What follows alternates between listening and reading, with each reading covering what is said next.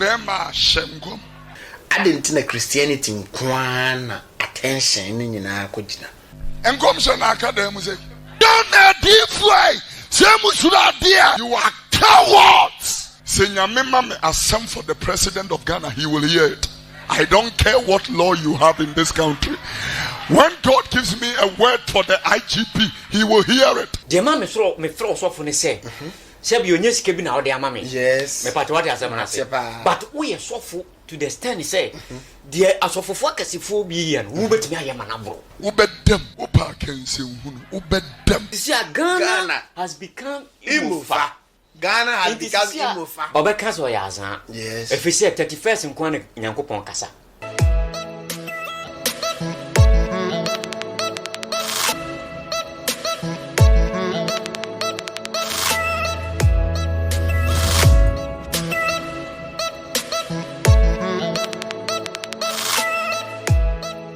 For GATV, the name still remain about for back up, and there Obeveka 31st all night no bombs be bree at a toy.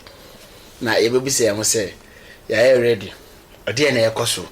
I didn't know Christianity nkwana attention ni nyina akogina.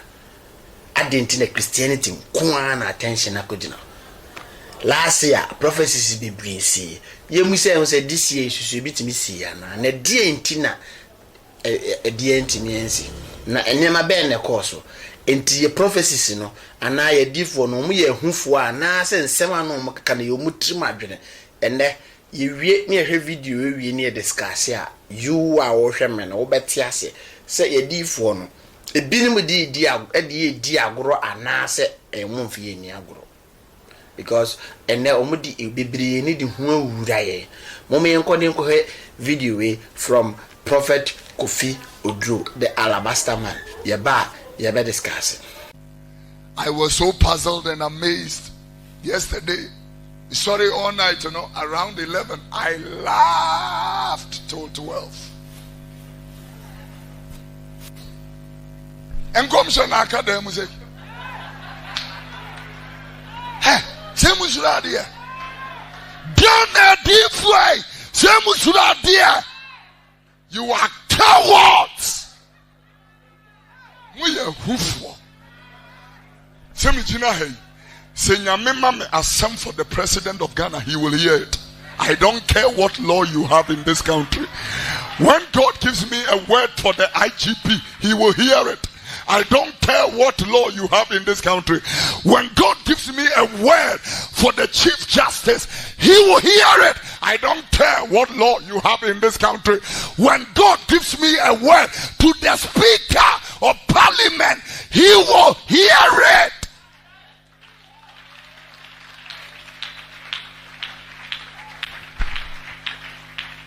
Say Hashem Rase will be Hashem come ense hunu. When commission you say free nyamia, ebetria famra no so. I'm serious. So when commission, if it is of God, God will defend his word. God will fight for his word. God will pave way for his word. God will defend his name and his word. And I'm saying, you are afraid of 5 years. John the Baptist, the fiancé, Paul, the fiancé, and we are ready to go and die in prison. You know now, so.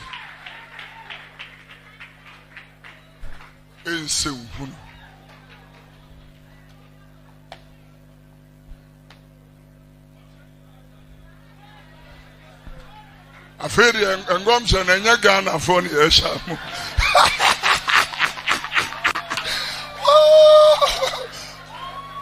Ensenhunu.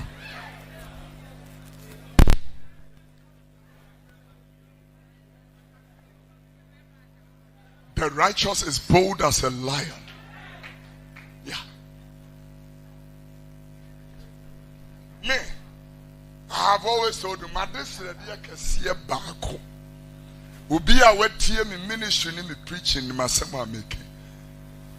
ene senkada krumigina he preachia na nkama beche me amenemu wonsem ekana minyamo tinka migina heya na mabechere me enkansem de mechere mo se mode me koi ni hia aboso me miensa yenim komo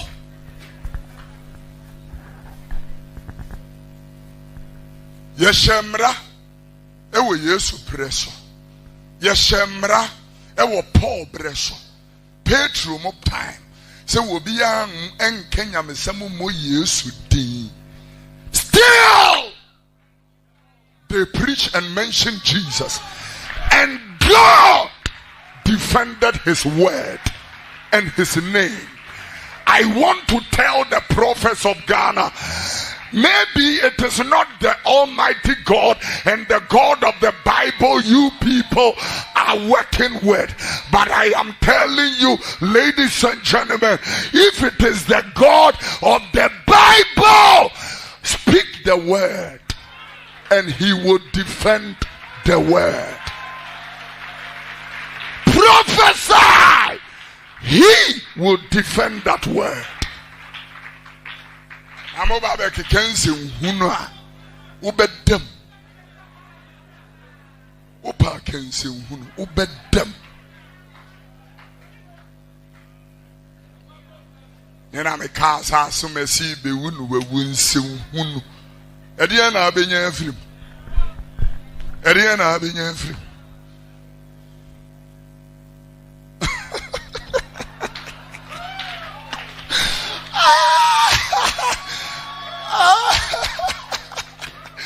Anglofos Road Pro Station.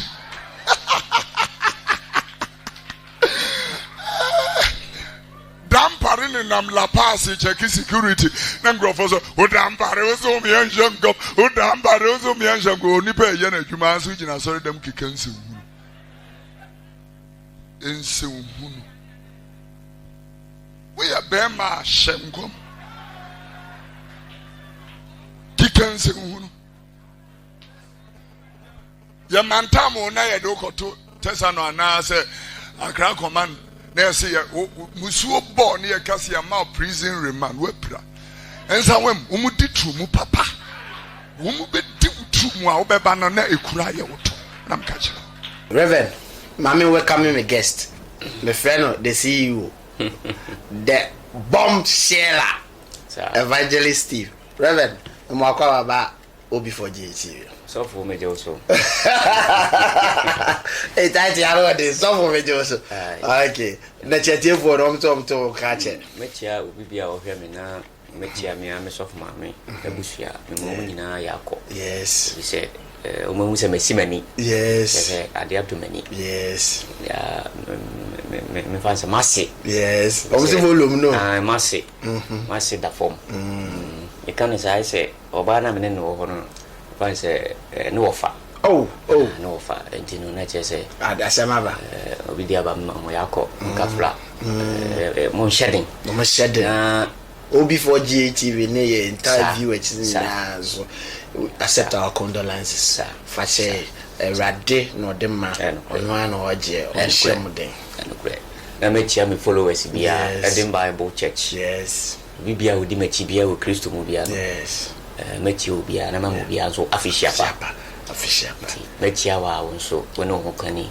ani ta crew ni fi hafo nyina ani studio hafo eduma hafo nyina mo bia official pa ya mo ani eduma amaya de yes ntiankomo bibia dia na sell no before GTV Reverend saw her video Prophet Kofi Oduro na me bisa say there na o kan because as a Prophet Oduro asema o kan me to me there me na ya agree 100% because prophets it's a prophet we a prophet na prophecy nyankopon de ade bi hye wano sa I was so you fu ana ko adifo ni because hye nkom eme yeche wo mu anwo adifo ni because hye nkom ye kunkum woni ade na sa gan ye adifo ni bi nkom hye ni bi ba na so mu do mu so mu ntimi nkan because of that part be ka je dia na je za zo me ye ka won sa yo so for me da wasi say wa mama kwenya kese 2022 the other banana wash 2022 prophecy the other banana wash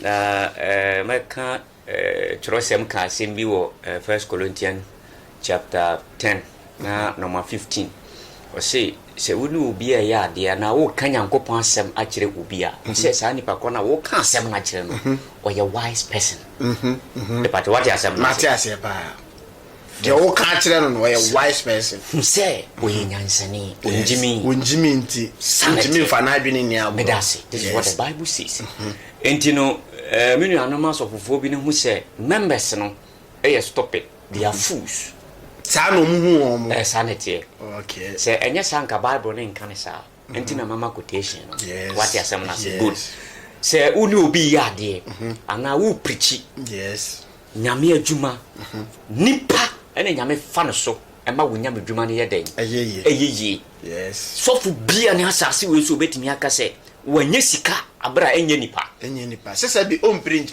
nkyere no but what you asem na say enti na 1 Corinthians kan asem chapter 10 verse number 15 wow see to them say omono awo kan asem na kyerɛ omono they are wise people you are speaking to the wise people not fools it wo ye sofo na wo ledi no se nipa na wo kan asem na kyerɛ wo bu ni so ya kwasea then asem bia wo beka bia no benya ho atan ayeden abu sanadie yes but what you asem wow me huru ba bia de akere na wow oh Jesus Christ enti no enya se dampale na esolitia Christianity yes but what you asem na say me ye sofo yes dampale ntimi nkan kyerɛ se ma me nya nyamedwuma yes on ntimi nkan me da se because Bible say adom na kyede no gu ahodo obi die se ne ne IGP me but what you asem na say na wiase na ye won ne ye wo two face yes and me baba kyerem yes OB4GH TV and at the same time Obofo TV ni nyina obenya the same video ni nyina o obehwe no OB4GH TV obesa hwe no Obofo TV. This is a new release from OB4GH TV to Obofo TV. It me say subscribe to Obofo TV so say the be ade betom wa ha no onsa be sa aka no rebe yanko ye wo two face yes and a wiase we etie e two face be e moro so me part what asem na say wo edifo bebre e be ye nyamedwuma but nyankopon fa obi aso amfa na asem fofra anye dai ambaka Yesu Kristo ho yes he is the second person what asem na say on the second prophet or the new version here dai e bai and if no what apam dey apam foforo me da say say wa apam dada ni wa apam foforo it a two face yes na apam dada no ejina honhum what you say it Bible can say me say awurade nyankopon ye so no honhum ani dey me da say yes so Yesu Kristo abreso no ene enokra ye dey e bai yes eti apam dada no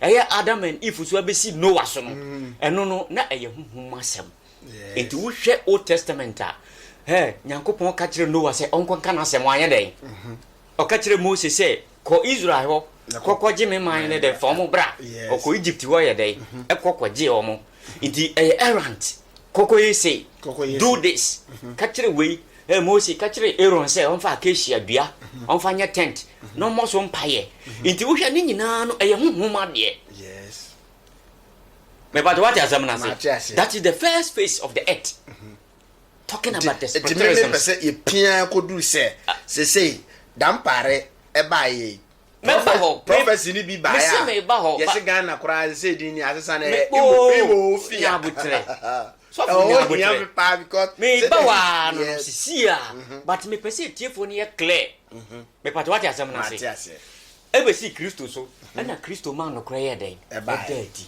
yes odi ni moja ba pe pafiri ho say fiti na ko ya mfa aboa kura ma afode abiem yes ye mfa nipa moja nso nya den ma afode abiem ma ba wu ai den agim sanete enti yanko sa prophecy no hwe awurade nyankopon na ye ne prophecy difo bia no wo ani so ade hu no me pata what asem na say obi ntimi nswale ntia but say wo ye no in the wrong way people will talk against it anytime we quote quotation no yes so wo ka asem na sa asem na nipa na wo ka kire no hu so ye stop it ono nso benya wa asem no ho aten me pata what asem ba wo se nipa na wo ka asem na kire no wo ye nyansani dia onya asem no ho aten bia anye dai emu On says this year and Ghana by Imofa.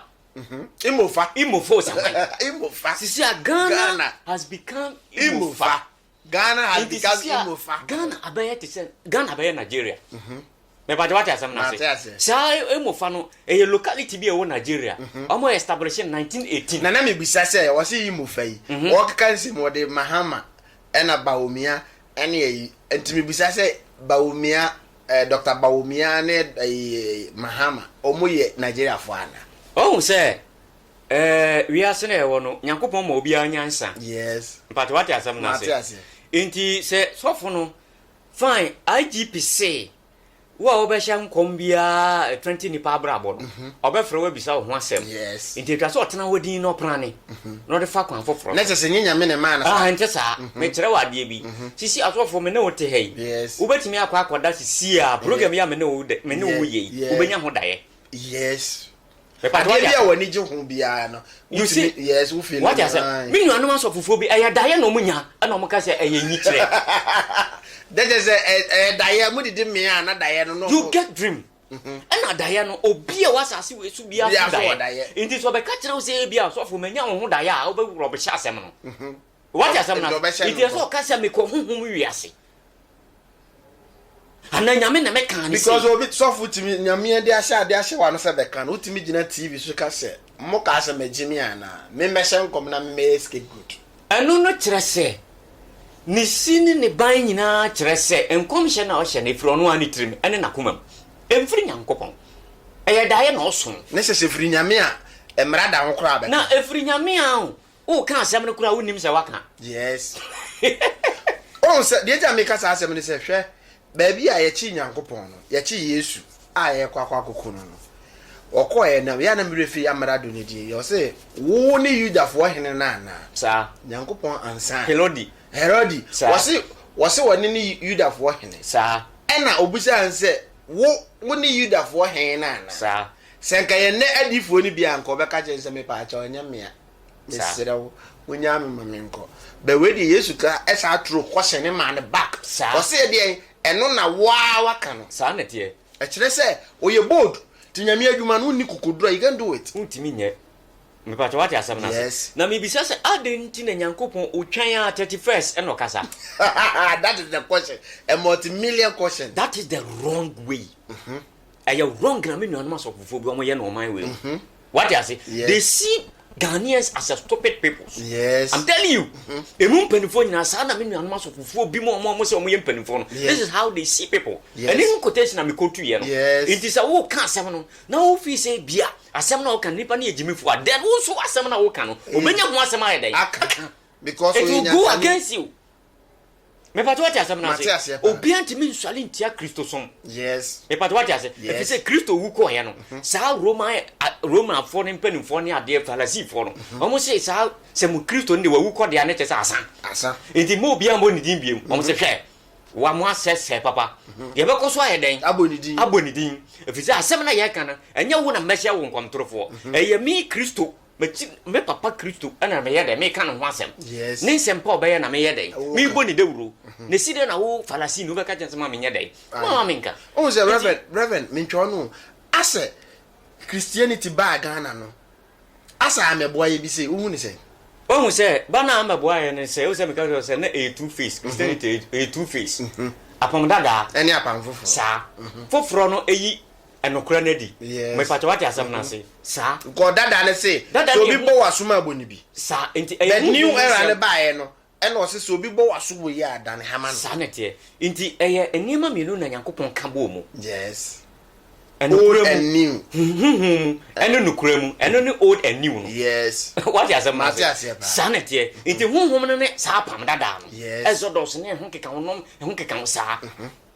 enti eno no o follow no a eno na Bible ne be chekere say so for kwatale se ne se wo hye yes me pat what you say Exodus chapter 28 verse number 28 so for bia no watale se wo hye kura no ewo ho what you say na say na say ya was shot at the ben you say ya lebi ana say you say no ya na man ni na ti shot at the book straight dress will be what ya some atale ne kala kura no ewo ho Ezra chapter 28 verse number 28 it is there and only yes hapam dadan nsem yes and only na me nuanoma so fufuo bi agina so edi hunahuna Ghana for omo asabe omo ben Bible no omo ni hunahuna mo na say yedifuo ni bi na ehunahuna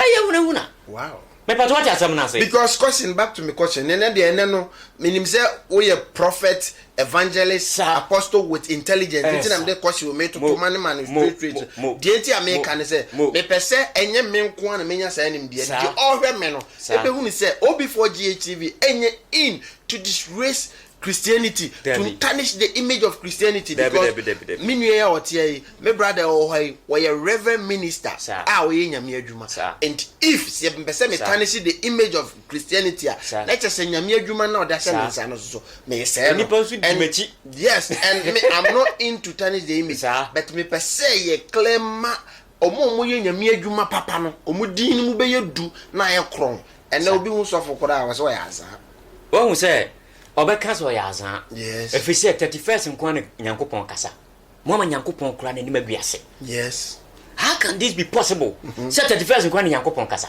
no me but what asam na say say ale we coronavirus we ebeba o so bi sia ho no one dientia it is written in the Bible say emre ne ba be kwa wie ya o man ne mu be ye den ewiase ba ye den e kwala boni be ye den ba yale eduro kura anye den ba kuru na virus kura no se virus ne ye den aba enti de na Bible ne kan kura na enya kura anye den enya mai enti se obe ka se Ghana ebe ye den ananso se bia umofa we vice president Obabi eni ade bia it is fake.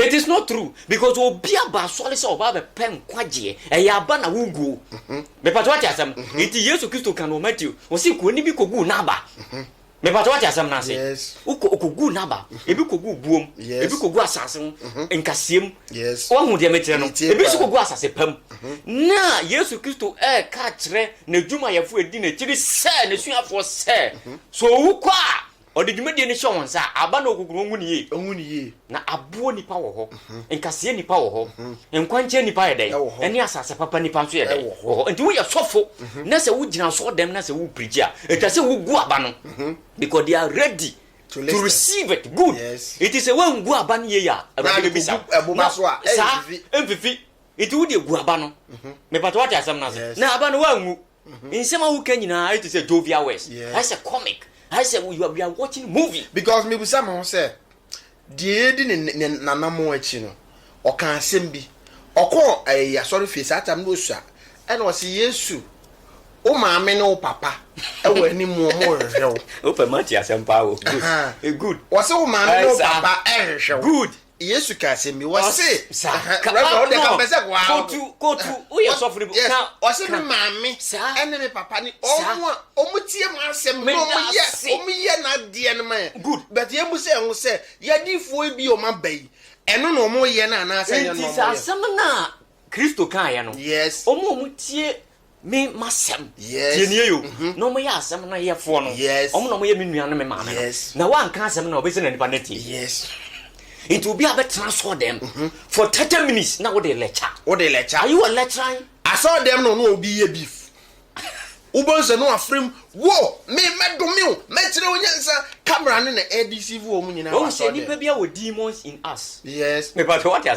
say you are the funny unseen spiritual world yes se nipa bia no udi Kristo achi a unseen spiritual world no you will protect Nyankopon de den o de ball ho ban yes reverend o me da se mo me ni na oni abrewa we ya no asifo o se ne me yes good because they are koso no me nuanu maso fofo bi omo so ye mpanfo no omo say Christianity no yes omo di ehum ahihye nipa mu me na wakama asem no medomio me no asem me kun me no wakama asem me yo say sofu gina ayi so ka kire se o kama asem wa me di watem 1000 na me bi sa on say why na wudi nachi sa uti asem me ti opa de ma sofu bi atimi ka do me asem no Proverbs chapter 30 verse number 10 o si inni akwa hunseko enchire ne wura yes na wa modua na wa anye de ne wa ni fo e ho na yenyame ya case na ya good but asem we na da na Bible kan ye no enye se sofo bia na wagina asem no so se wo di bodua da bi yes see to it say ade na wo nipa ne kan enye no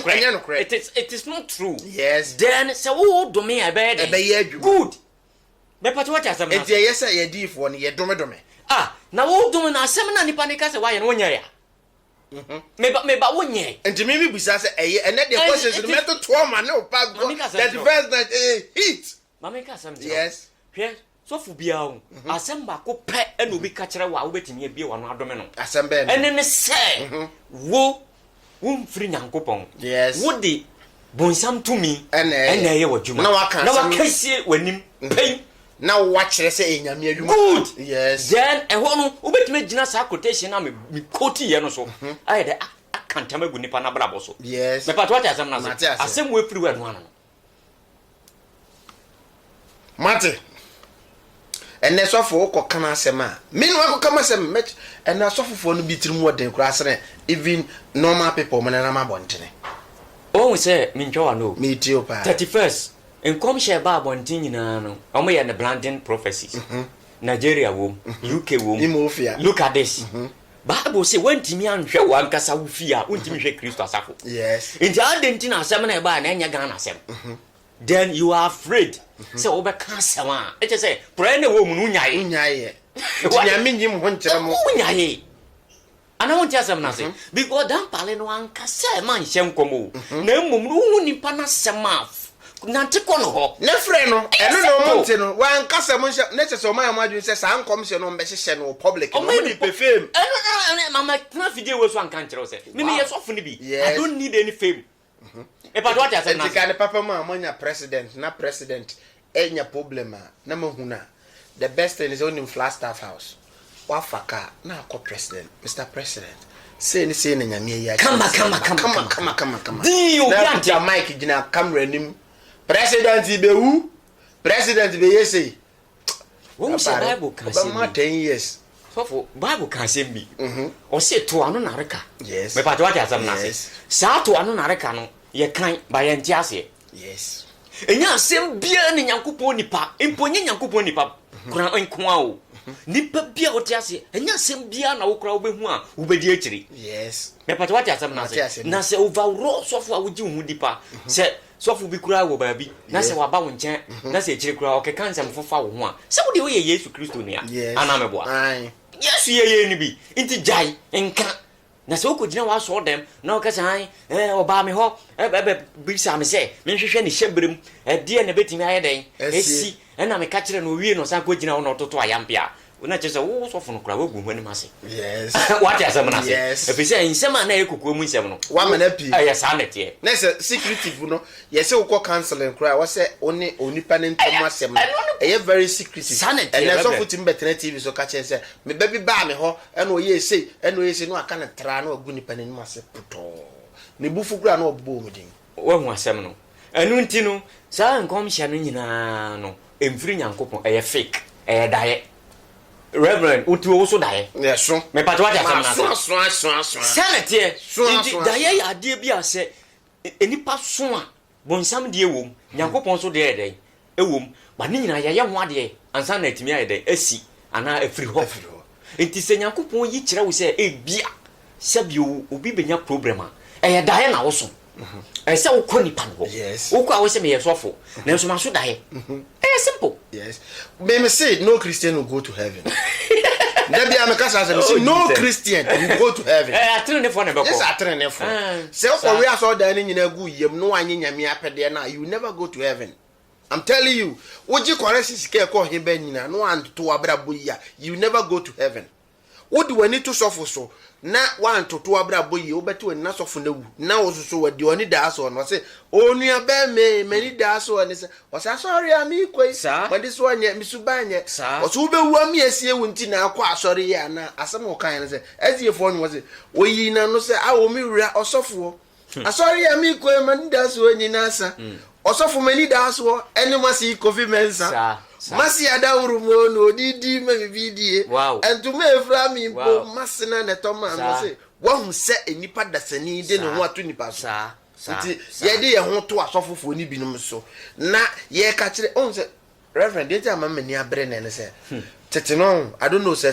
ye kurase se wotena bi oh me si Ghana ni bia na o mfre kurase yes me try dey bi obi o hwe me bia be ka se he bra yi bi asama ba on se na ye no aduane a o ma me no aduane a na de neighbor person won chen no ono so no ane de abe se we no ane de awie ntema no waso ane de abre no ye very say tema sa ye di tema nti bia na we ya wo fufu na we so anu amo e bia na me kunu ani ji fufu bet me mo na me ni je wonto wo no amo no wote wo de na de abre me wo hwa na me susu fufu na ma wo na so ma ti bi di abre hu nyanko chense ne Christianity ba ye si Yesu aba nti ye no enka ye clean no enne ne sa ne me ni nyina atwam buronya duru anka ye san chense ho sei na nka ye tete ne de abomu agusu two na obi ebe yi de abontensu ni efi of obi eyi bidi enne sa ne me ni nyina ni ho all in the name of prophets ebinom mesre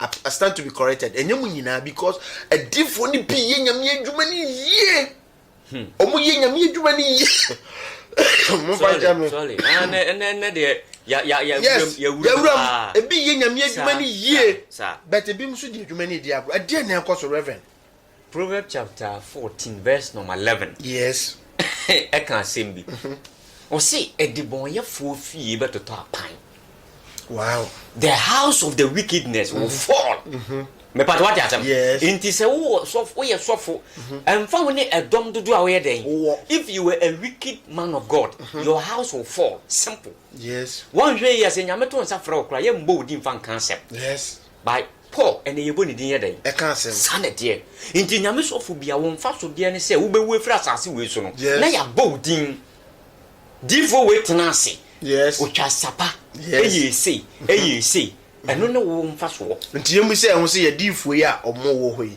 nti bi bewu am ya bom din a hwan ya wo bewu ne na udin a tantanta ebi bewu am ya bondin se sofo we die one day no what to say sofo I think say the only name mate eno kra no so what ase no mo classify na say onye normal say in the name and mate say the bia omo ya in the name even the radio stations no ho na omo bonidin yo because no kan kwaje asem yo hwe me obi a me pena asem pa a me tie na aka asem me odu by Ghana for so first house of na asem nye serious prophet kum chacha yes be ya obi a me tie prophet kum chacha we say ko anyanya me adwuma nko be gynecologist me say obehwe e ma ase ono na otumi tu bible hu na asem na oka na wa kyerem yi be pat what asem na say yes that's all okay we are free or yen nyame dwuma yes ba Ghana fu hu ni sa this is how so mo hu ni say ase jokes kakra wonu nto mo fa na asem it's not like that prophet kum chacha say usua Kristo anamotu ye a sa na Kristo tie anya sa nka Kristo ontim be ye ne papa nyankopon adwuma yes me pat what asem na say yes say was uyi hu free nipam good me pat what asem na say yes it was said we free to everyone yes. now people see you say you were a joker but joker no e man kogu wo ni mase e wo ba bi but one sem no good e to ma yes sanity yes on say prophet kum chacha ye obi a no ho osere but engu no ho ni mase sanity and obi wo wa no ho osere but egu no ho ni mase oduru ba bi a no discriminate ono aka say egu no ho ni mase on te dia metre no mete de oka na ne di ekura no koduru ndo ma de obesi aye ene ne kasa yankɔ de nti a me ba ne say me wo key player me who say or a solution or a problem solver problem be e benya solution no ho eno nti wo say me sisa problems na from January up to December ni na me pugu no so no me solve problem because ene ni pe di awre ho ene odifo bu ho ana sa sofo bu ani trimu odene sen even normal members no sofo bu a onwene even the church member de odwene an say at the end of the day no obetoka no adem de odwene an say at the end of the day no obem odene ma be ko school pa no movu enya luxurious life but Bible says what shall profit a man if you gain the whole world and loses your soul me to one asofu be the car eko ken crying no ye nti se wan hwe wabrabo yi na se da ache bi o hwere wo kra bisa ho se ehe na woko wajapade na betima je wo nkwa na me ni na ho me ensusu me bisa mo reverend me bisa sa denti na nkremofo de yentimi mfo mu ni agoro social media be Christianity ye di agoro yenko ni nko hwesa video wi ye ba na afedie wakasa afa because me hwese sofu achi obi atena pan na odware no mo de mo me yenko ni nko hwe video wi fast amen.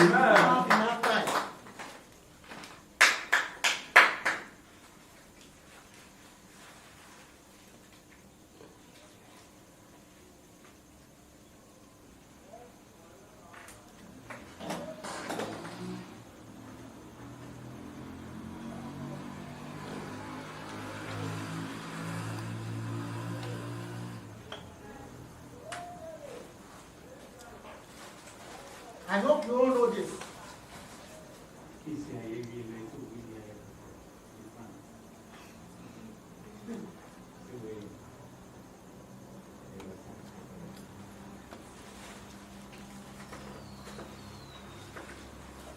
Amen. Amen.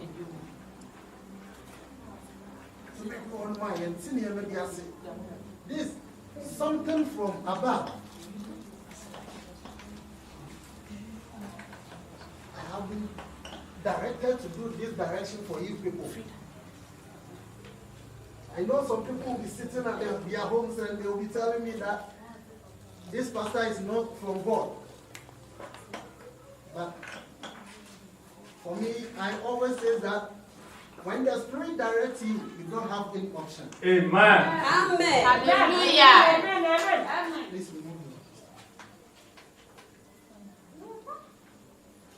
We are the one.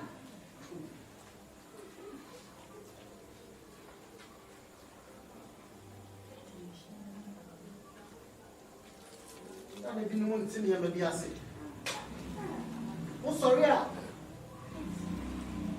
When the man met me, I feel and fear me, and son. But yet, when yes, spiritual direction be at some be not a 1 year direction way and the amateur members are. And for be end to us here. But a young woman who said, a dear beer, I was here again, a brainy, a brain now, and the Emmanuel and Crawford. O son said, may I understand Anka and Marwa and what Ghana, any area for Nano, any a member that 2 years, 3 years. But yet, supernatural cleansing via and family. But here is the case that I have been directed by the spirits to do this direction for you people. So I think you people have to embrace this direction in the name of Jesus Christ. Amen. And what diphobia? Or diphobia? Not diphobia. You know, bet me I just idea when you are the church members. Bible so when you may diphobia, now be here. Now when you must suffer me, I must continue. So you do a diphobia. Said you better yesterday. You better here. It is a reason who not knew a D4 or Brabomwa. Yan what was said. You have a coffee from 31st night, any year. Every man who has anyone's answers. No, the Aquarius answers. Then shall come some members are more end time church of grace.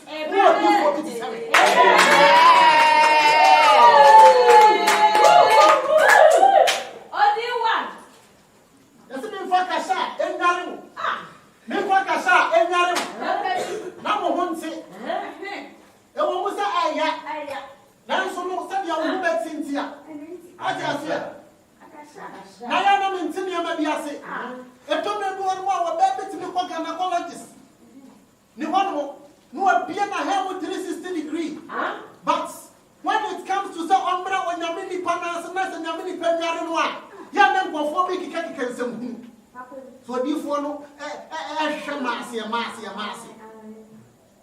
Nani pompo di ani pompo professional ni pompo na akere kwa mo mfere. Na me wodi fu a me wonyakopon asra me. Na me de o fere. Hallelujah. Amen.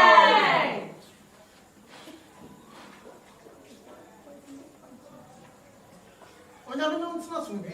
Amen. Na me jibi sadie nyina be dia bo ba ko Amen. Amen. Amen. kosi afebo amen na de bia obi betimi no ade asie amen hallelujah Amen.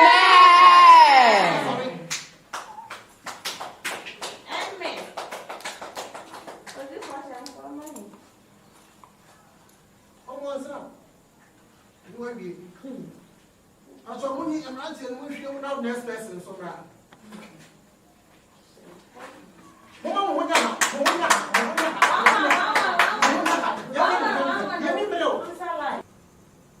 You see, when it comes to spirituality, it doesn't have any form.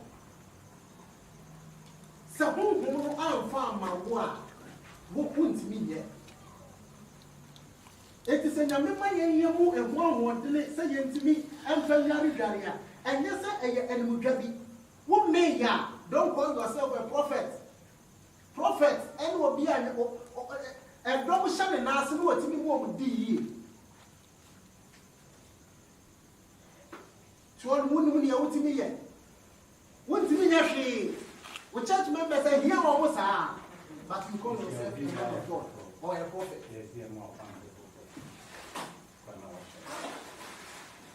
Amen. Amen.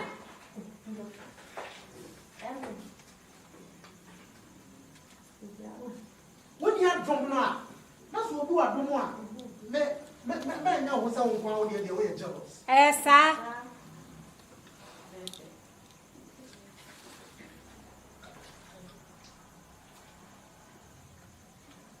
Flat. Flat. Be sorry. So why are sorry and only be a room question down hey near come once. Where punch it? But said you may have been a sign and then you may church members were sorry they would said you may need bet you. Now who said Yamini pa me to me pa e wo me office ninti because na say Christopher Abano and some ki kan kwa. What show me flat? Flat.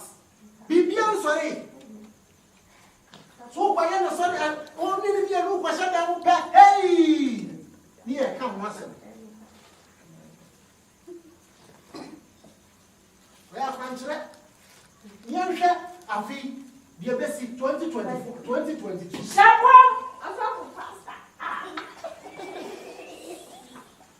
The question I mean, when I'm sad. The question I mean, when I'm sad. I feel I am a the church member being 1 every February. Now only more than 1 billion.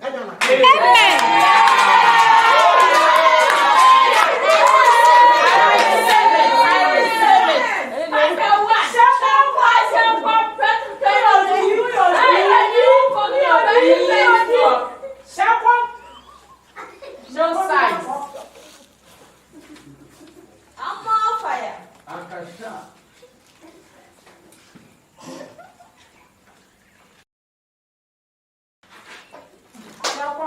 Now some more than you sorry about what's not going to come. What do you say?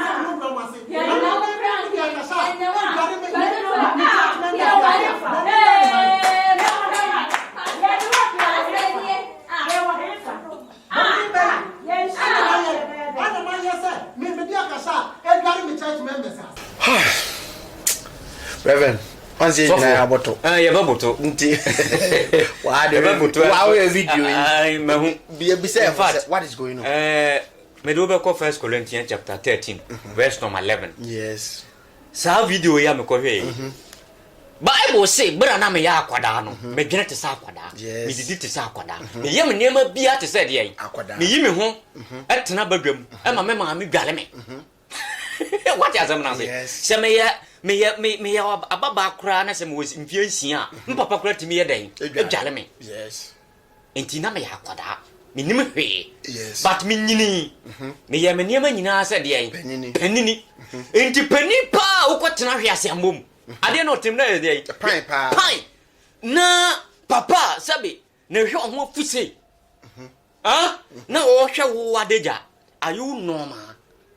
Say me yere ɛna ɔkɔyɛ saa de wi anko bedun fie na that day na ɔbɛsesa nneɛma akɔ sɛ me yere kora wɔnyɛ saa nkwasa Fofo me se sɛ me sɔfo aka kyerɛ nsɛ kɔ na kɔworɔ na me ndware wo adan woyɛ nyame udware me sɛn adan na sɛ yɛ pɛsɛ spiritual things bi ɛyɛ ne fɛsɛ oni ma de a sofo ne ye e wa de fe no spiritual bath e ba de what asem na say but enye se ne ye spiritual bath yenye ni say ne ɛyɛ curse yes ai nipa ni free hɔ kɔ a we betimi akɔbɔdam oba no betimi akɔbɔdam I'm telling you yes we na omo ye ne sa no do te pan ni mu se nyo se de no ah sofo ni dware no kɔba ne ade o dware no kɔba no so oswale free hɔ dress na me hu so mo handle dress that is madness.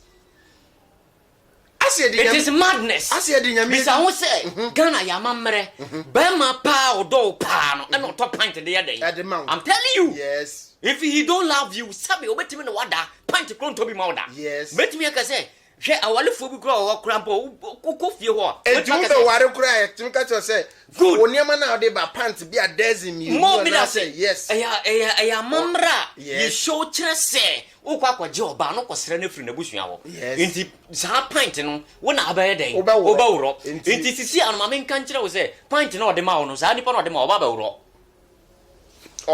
so na ode ma asese me say they have been cursed that lady. I'm telling you a ritual bath and all ye but nya sa na ye no ye mba deja wonu Bible say mo bi nhwe obi adeja me fa what asem na say enti bisa ne say sa asofo no obetimi ahwepo no me bisa obetimi ahwepo no me pa what asem na say me bisa say even if it's not real to say a movie cry no ya Christian cancer cry omo ho ye den so for Christian cancer cry wa chire ye wade bi o movie ma wa we ne fa no census board me pa what asem who move me that say omo sense o movie no ade bi ya ade bi a it's good omo yifrim it is a we cry no e movie mpa na kombe demoration no me bro for cry san me bu afu me ko hwe sa video am bu afu kra awrade ma ya botre because ne ma bi koso a o ka so ye so for kra na wo fele o ka so ye so hwe me be ya papa bi ye adwuma tie ne yo e wo e kire ha ya yes on meme na me dia me ko me tie so say sofo ena me damani ena me nante ya ko no ho yes ko na me chia na me si opani pa je me chia wo afisha po no jesu ohwe mani me ni wo say wo se me sofo bi pa na me hu se wo ye sofo na me say me ye sofo wo say entra me hu se wo ye sofo ba wo say me sofo bi let's just wo hu nyame you see if you are a real man of God won enya na ba bie wa no me dia nyankopon de on no nyame ma me tumi bra na me beje bra hasofu bi obey bra beje me yo you know I'm telling you they are all fake video ko fa no he in fact me wo hang dross yes na what me sister girl no mo ye ne sa no hwe me kire na kwankire bi onko ye sa ba ya no okọ so no me say me kire na kwankire bi sisi no o de me dia yeah all the one fan your number no for on the number me try no free from me try no sisi because me hu me hye yes because ya do me no yes I'm telling you ye de wasi pan mu ama man say ni na so ne hwe wo adeja the we so a world if look at what this enti say even if it is a movie cry na wo ya ejade a wo ye ya wo pese amansan nyina oh my god we say Christian cancer are they are there enti adenti me di Kristo ye Kristo ye nyankopon animu etwitwi form enti sa de we musa say Muslims ubetimi di Muhammad adi sa agodi se there be untimi mfa Muhammad sorry enfa ni sa agro no yes utie diama eba ne sa ne se Ishmael abusua no na omunya nkrofo bi a na omo Yesu ratena omo mpesa Ishmael abusua na Muhammad ye den Yesu Kristo na share Muhammad ho nkom o se na mekọ na obare ma bi baba o te ponko so ponko fita o shatale fita ono so baba ba ye bi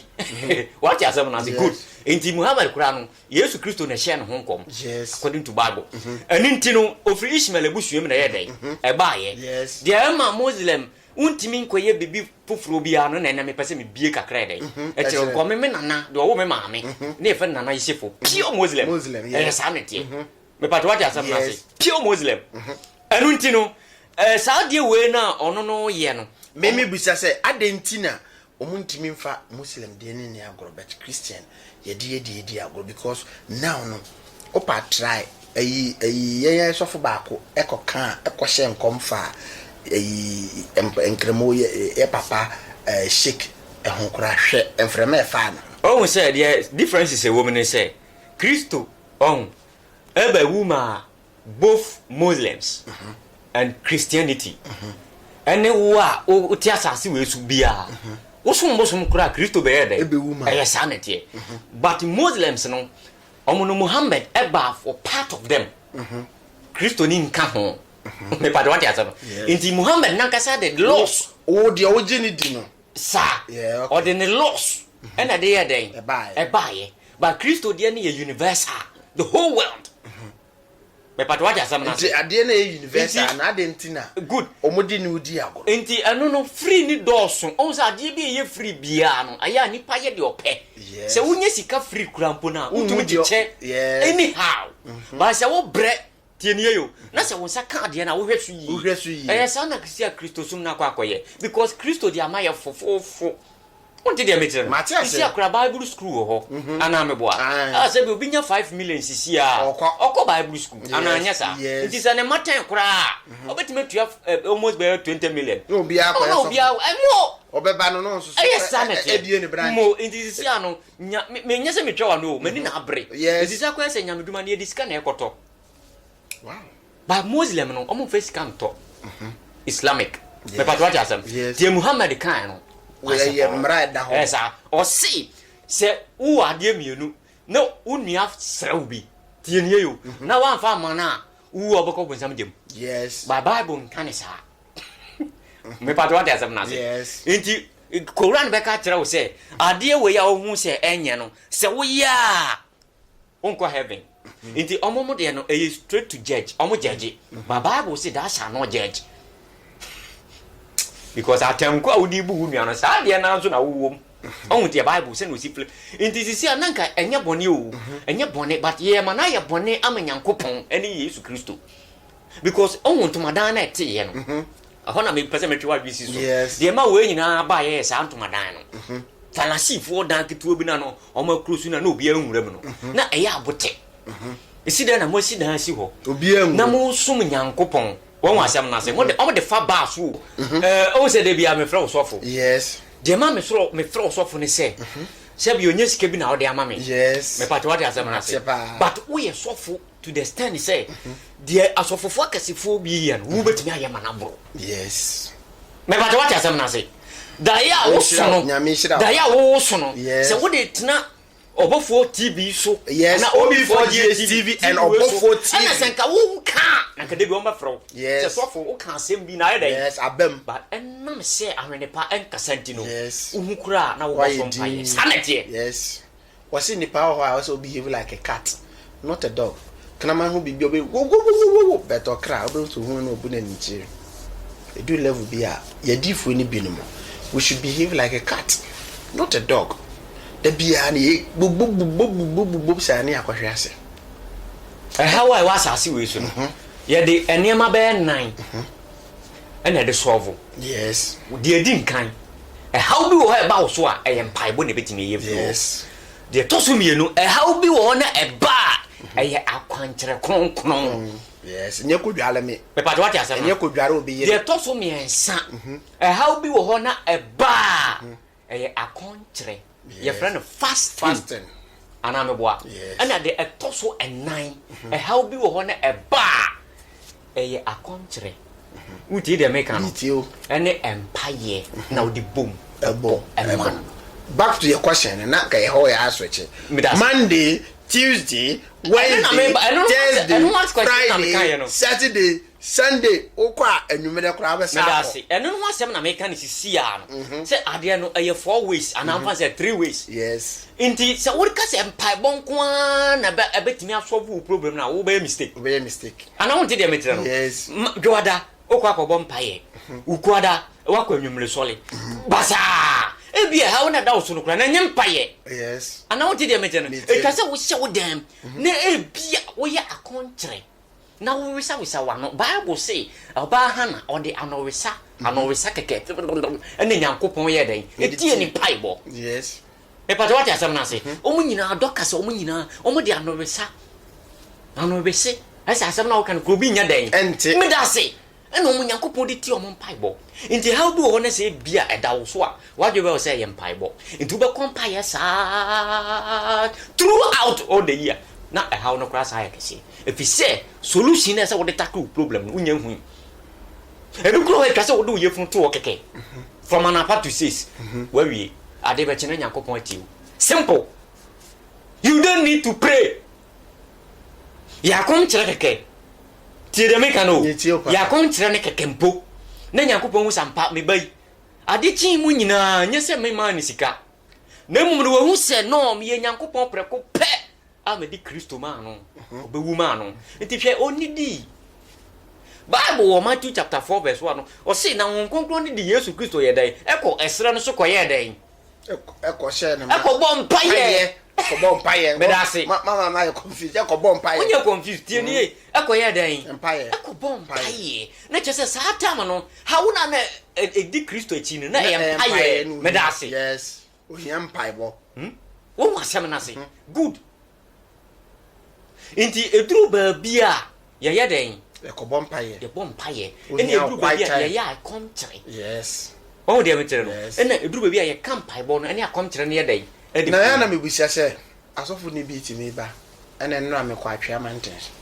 the next 3 days me sa kwa atwa mountains the next 3 days me kwa atwa mountains eno so so atwa mountains ho nko na blessing no wa na se ba obetima ye akwankyere no wo ba bi ana so obetima anya quiet time no ba bi asa ye my mind ni nyina atintu atwea nko a Reverend Medasi sofo Medasi pa asemu ya wobisa me ba kire wade bi ade bi e was asase we su bia ne Yankopon de bo foto ano yes se wo kasa wo pese wo di police a on police ankasa yes in spiritually no na Yankopon kae no ne bofo ye den ewo ho yes inti sa abofo no wo ho no onimo bi bia Nyankopon de police adwuma ne ye den ade ma no bra wo da ne ma me yam yes me pato what asem na se inti se wo no be di police a etwa se sa abofo no consult no yes oje wutum yes ansa na wo tumi ayi den ayi police o se police fo bi wa sabio mi nka obi ya obi tumi shutu no yes ana me boa nipa kura wo kra keke kura ne nyatale bia ne twesa wo hye